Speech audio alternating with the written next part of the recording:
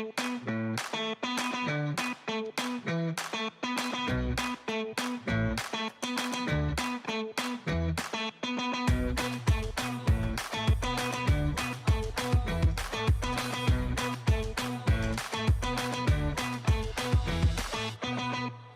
is going on? What is going on? If you are tuning in, I so appreciate it. We're going to get right into it. The secret sauce for today is you do not have to be great to start, but you have to start to be great.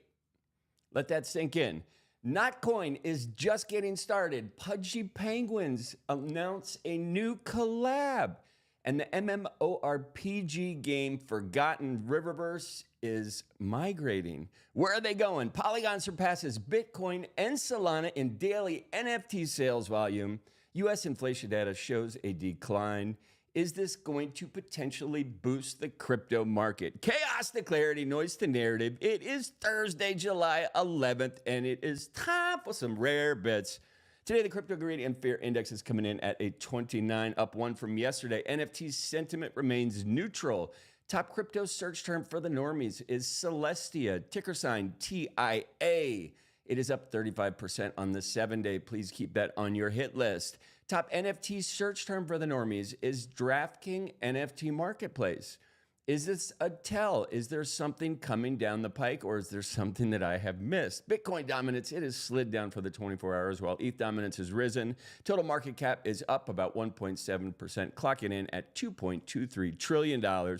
And before we get into some news, let us check some numbers for the nerds. All right, so we are looking at the crypto heat map at the moment, and as you can see, it is a mixed bag at the moment. What are we talking about? We are talking about Bitcoin currently trading at $57,789. Ethereum, it is up above 3,000. LFG coming in at 3,140. BNB, 529 on its rebound towards 600. Solana, it is slid on the hour and the day, coming in at 138. Do we see this starting to climb back up? Are you doubling down on your Solana bags? XRP trading at 0.447. And Toncoin, $7.21. It is pretty much flat for the week, but up for the month and up 444% on the year. We've been talking about this on the podcast for a good minute. I hope you have been listening. Listen, we are going to look at blockchains by NFT sales volume, and this is the first time I have seen this in my reporting. So over 3 years now, Polygon is leading the roost. They did $5.67 million worth of inventory sales. That is coming in at 265% increase over the last 24 hours. They are popping out Ethereum and Solana. Bitcoin is in fourth place, losing traction, down 23% on the 24 hours. Top collections on the Ethereum side of thing. We saw a rare Pepe sale. We saw some CryptoPunks, Pudgy Penguins, Bored Apes, all of the usual suspects. Anything we want to double click on? Not in particular. We are going to look at the Ethereum heat map. And again, second day in a row, Mochaverse is holding pole position, and not for a great reason. Unfortunately, what are we talking about as far as volume? Mochaverse, Pudgy Penguins, Mutant Ape Yacht Club, Bored Ape Yacht Club, and Doodles rounding out the top 5 for volume. Everybody is in the red except for Doodles. Their price is up 12%. Is there an announcement coming? Is there something the community knows about? Please leave it in the comments so we can let people know. Looking at the Solana top sales, it is dominated by Mad Lads, as it usually always is. There's a beautiful Mad Lass that sold for 91.81 salamis. That is 13,000 USD at this moment. Looking at the heat map on the Solana side of things, it is not looking terrible. It's just looking how it is. We can see that Retardio Cousins are in that deep dark green there, up over the 24 hours. Looking at volume, we have Send It, Frogana's, Mad Lads, SMB Gen 2, and Retardio Cousins rounding out that top 5. Retardio Cousins up 14%, SMB Gen 2 down, basically trading flat. We have Frogana's up 7%. How many sales are you asking? 2,356. There was a clip where Frogana's did 12,000, 13,000, and 15,000 sales per day consecutively, just in this crazy trading frenzy. Now, number one spot is currently held by Send It. It is up 144% on the 24 hours. How many trades? 15,500. We are going to look into this for tomorrow's Substack. Looking at the top sales on the Bitcoin network, it is pretty much same usual suspects, right? We have OMB, we have Quantum Cats, we have some Node Monkeys. Who is going to pull out as the leader? I reported yesterday on how much the Bitcoin side of things are down. Are you buying? Do you think there's faith to be had? Is it time to pack your bags? Looking at the movers on the Bitcoin ecosystem, we have Runestone, OMB, Node Monkeys, Bitcoin Puppets, and Quantum Cats. OMB is actually up on the 24 hours. I said yesterday they have fared fairly well through this whole ordeal. Their current floor price is $13,300 US dollars. That is about 2.34 Bitcoin. Looking at the top runes, we're going to go through the top 5. We have Fihu, Dog Go to the Moon, BAMK, Arsik, Genesis Rune, and Pups World Peace. The World Peace is not working at the moment, though BAMK and Dog Go to the Moon are up. BAMK is up 15%. I just love, that's my favorite coin. I don't know why. I do know why, because BAMK is ridiculous. And it makes me smile to say.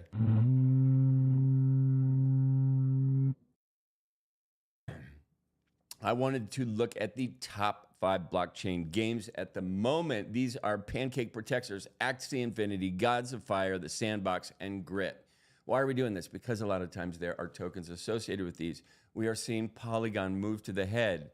Sandbox is on Polygon. It is the number 4 blockchain game at the moment. It has risen to, it's up only about 17% on the 24 hours, but the Sandbox has got a large fan base. It is something that is not going anywhere. I wanted to look at some of the top coins over the last 24 hours. The volume, we are seeing a mixed bag of green and red. We have Pepe, Arbitrum, Optimism, Brett, Wrapped Bitcoin, Mog back in the volume zone, and Pendle rounding out about the top 5 or 6. As far as melting faces for the green, Ducky, Brainworms, Matt Fury, Pop Dog, Mini Donald, and Buddy. Those are some of the all of those are up over 100%. Not huge market cap, so sometimes these are skewed ideas, but there are people that are just figuring out how to do this consecutively, and they are buying the Lambo.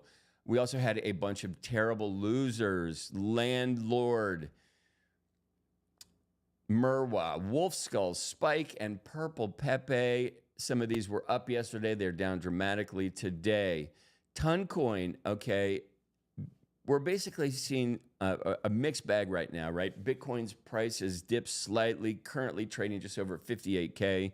Among larger cap stocks like, or other cap altcoins like STX surged 14%, Lido rose 7%, Chainlink dropped 3%. And we are talking about Notcoin. And you know what? This is absolutely awesome. You know what? So, Toncoin, it's interesting. I'm thinking 2 things, and I'm thinking a direction that I want to go, and I am just going to go with what I have. So, Toncoin, it is a discussion topic for so many, and it is so difficult to call these things. Is this an all-time high? Do we see this go absolutely parabolic? When you think about the underlying ecosystem, right? All of these things, they're driving and going for this virality, and virality is contagious. And if they're able to tap into these right moments, and they've been doing it effectively, they are going to continue to send this coin higher. There is a new collaboration that they're announcing. It is a DeFi platform called 1inch. There's also a company called Sign. They have all launched something called Triangle, which is going to be an accelerator program to support developers that are interested in getting into this Telegram and this open network ton to start pushing different narratives. So there is a good reason for developers to start investigating this if you have ideas on how to be creative in the ecosystem, because this is going to be a big driver. And one of the other things I think and talk a lot about is user experience and user interface design, and how easy it how easy is it to onboard people into the ecosystem? So while it's getting so much easier to explain to somebody how to get a wallet, on Telegram, they make getting a wallet almost instantaneous, that absolutely anybody can do. And I think the good test is, could your mother do it? So if your mom can do it without very much explanation, then it's easy. That is the narrative that they are going for. Everybody has a phone. Everybody has Telegram. And telegramming, I guess Telegram is becoming such a thing, at least for me. So it's not one of my favorite platforms. There is an ecosystem that exists there, and only messages on Telegram. And over the last 2 years, I have gotten to the point where I have my Telegram notifications on, because so many people choose that as their form of communication. So is this a tell? Is this something that's coming down the future? We're communicating on Telegram. They've got super easy access to monetary flow. They've got games. They've got ways to earn money being in the ecosystem. And I have to look up, does it have more daily active users than X? And that is a good question. All right, enough about that shit. So no, not enough about that shit. I think about Toncoin. So it's currently trading at $7.23. We had a dip yesterday. Is it going to run up? Does it stay up?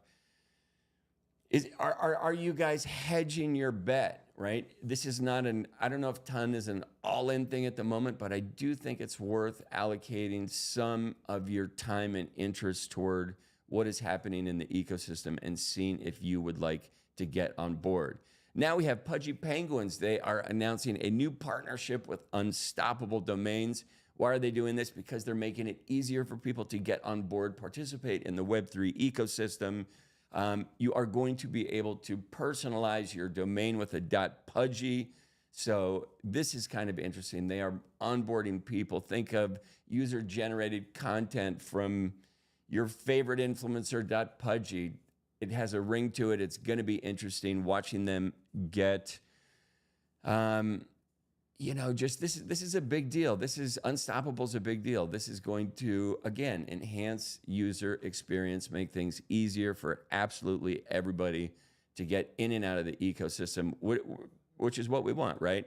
Next up, we have Forgotten Runeverse. It is, and it's interesting. I just putting this story together this morning. I went and checked out the game, the website, what they're doing, and the intro, play for free, own your progress. That is a really interesting narrative. I thought, I don't know, it's interesting. Anyway, the reason that this caught my attention this morning is because they have just announced that they are migrating. They're leaving Arbitrum and they're going to Ronin.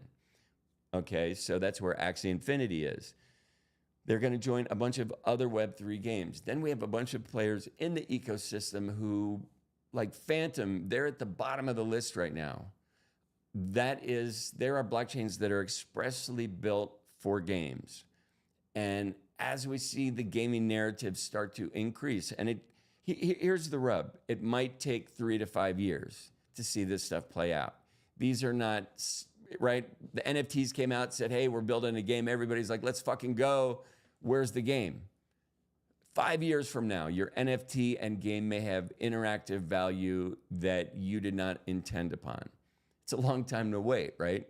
It's like collecting comics, right? You read it, you put it back in its little sleeve, and you got to just let it sit on the shelf for a minute. So anyway, these guys are trying to improve shit for you, the end user. I love all of these movements trying to make the end user happy. It's how we onboard the masses.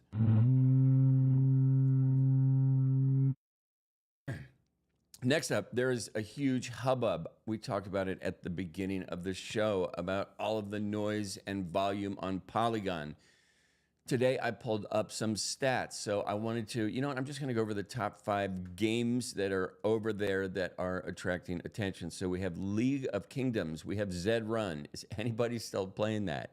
We have The Racehorses, Chicken Derby, and Mr. Crypto. So that is what's happening. We have a bunch of other contenders that move up and down this list. But it is really interesting to see these things start to pop up. Again, it's a community that I don't know a lot about. I don't see a lot of interactivity on the timeline. But hats off to them. Hats off to them. I like to see people rock and roll. So it is good to see. And as far as Polygon goes, right, they lead the NFT sales volume. They reached $18.21 million, up 27% increase over the last day. People are saying that there's whale activity causing these fluctuations. What are they buying? You know, I could do my own research on this, but here's where I'm at. It hasn't interested me enough to start incorporating their ecosystem into my news flow. The news flow continues to grow and different things get incorporated. Is there a call to start incorporating the base ecosystem NFTs? Because that is another growing community, and there's a ton of underlying things that are happening there. These narratives will be continually ebb and flow. It is tough to keep up with all this shit. Now, my question is, do you guys think Bitcoin is poised for a breakout? We've got a really nice indicator here. That hammer looks like it's popping out some stuff. So Bitcoin is currently showing signs of bullish momentum, potentially reaching $60,152. The indicator suggests further upside potential with a potential of reaching 66K. But if we do not break past these barriers, we could see it topple, and nobody wants to see the topple mix with the summer heat. I personally think the summer heat is not even set in yet. Where I am, the heat index today is 103, and there is no rain in sight, and it is going to be hot, hot, hot. Next up, people are talking about XRP, and is it on the verge of some magic? Matt Hughes, which is one of the analysts that I follow, he says, looking at stuff, he is predicting just a splurge of activity. He's looking at the Bollinger Bands, and as you can see on the screen, they are just, yes, something is about to happen. Do we think it goes to the upside? Do we think it goes down to the bad side? These are questions for you to answer if you are a gambler. Now, we talked about the Ton ecosystem. We talked about Telegram, all of the stuff going on there. One of the big drivers recently has been Hamster Combat. They reached millions and millions of users within days. It is a viral clicker game. I think they're up to like 283 million new users in the first week. It is absolutely absurd what they're doing. I was on their website this morning. They've got a pretty thick plan of attack moving forward. It seems like they are just getting shit started. This just started in March, so we're in month 4. They've got a pretty interesting white paper up on the website, as well as a plan that they are knocking out month by month. So it is nice to see them just put in the progress. Next up, we have JP Morgan, the investment bank. They foresee a rebound for crypto markets starting. When is it going to start? They are saying August. So being in this situation where I think most are in agreement, we are going to have some crab walking, some sideways movement for the moment. It is the 11th of July, Labor Day, right? At the end of August. That is usually the first week of September, like September 6th or 7th. To me, what happens after that last summer 3-day forced holiday is people absolutely come back and decide now we have to get to work, right? The end of the year is coming. Kids go back to school. The flow changes. The heat subsides. People get back in the groove. How do you time that groove? I don't know if you can. That is why I watch sentiment. It is a great indicator, but keep in mind, sentiment is a lagging indicator. Just like when you're looking at investments, the real estate market is a lagging indicator of what is to come. So to look at these things as your only mode of making decisions is terrible. That's why I try and look at a bunch of different quants analysis and just give you a bunch of different viewpoints on things that are very similar. So, next up, we have former President Donald Trump. He will be speaking at the Bitcoin conference in Nashville. Who's going to Nashville later this month? Let me know in the comments. His appearance is expected to bolster his image upon the crypto community. And that alone, as soon as these politicians mention cryptocurrency, that could be the thing that sends everything absolutely parabolic. And I am here for it. Next up, Moonshot. It is a contender to Pump.Fun. I don't know if you guys have been playing the meme coin game. You are gambling with everything that you put in there, but there are some interesting things happening. So Moonshot, I guess the difference between Moonshot and Pump.Fun in essence is it is a non-ruggable launch place for coins. So it is interesting. It is easy to track and watch things. There are plenty of videos out there showing you how to navigate the system. If you are interested, I say go watch a 10-15 minute video to understand what you're messing with. But Moonshot seems to be attracting a fair amount of attention in the ecosystem. So next up, we have Blunts, another analyst that I follow. His mode of interpretation is the Elliott wave theory. So the Bollinger Bands, everybody uses a different lead indicators where they think the magic is going to be delivered to them. Blunt says, yeah, 100K, but not till 2025. Now, keep in mind, that is not that far off. So everybody is in agreement. We've got this crab walk sideways. Most people are predicting Bitcoin into the six figures by 2025. We are running into a time frame where that movement will no longer be gradual, right? It's going to shoot up. It's going to hockey stick. It is, everybody, I think, believes it is going to happen. We don't know how high it's going to go or when it will start. But I look at the big red days in the ecosystem as buying opportunities. I have said it before. Next up, we have, who did I pull up next? Svensson. He says Bitcoin is about to recover. So if we look at some of his technical analysis, he's seen just some pattern mimicry. He thinks we are about to head to the upside. So I don't know. Has the path toward new all-time highs already begun? Are we seeing the last time we are going to see Bitcoin sub $60,000? I know MicroStrategy and Michael Saylor would love to have that be a reality. They have just announced a super interesting stock split to facilitate more Bitcoin acquisition. Michael Saylor is an absolute Chad.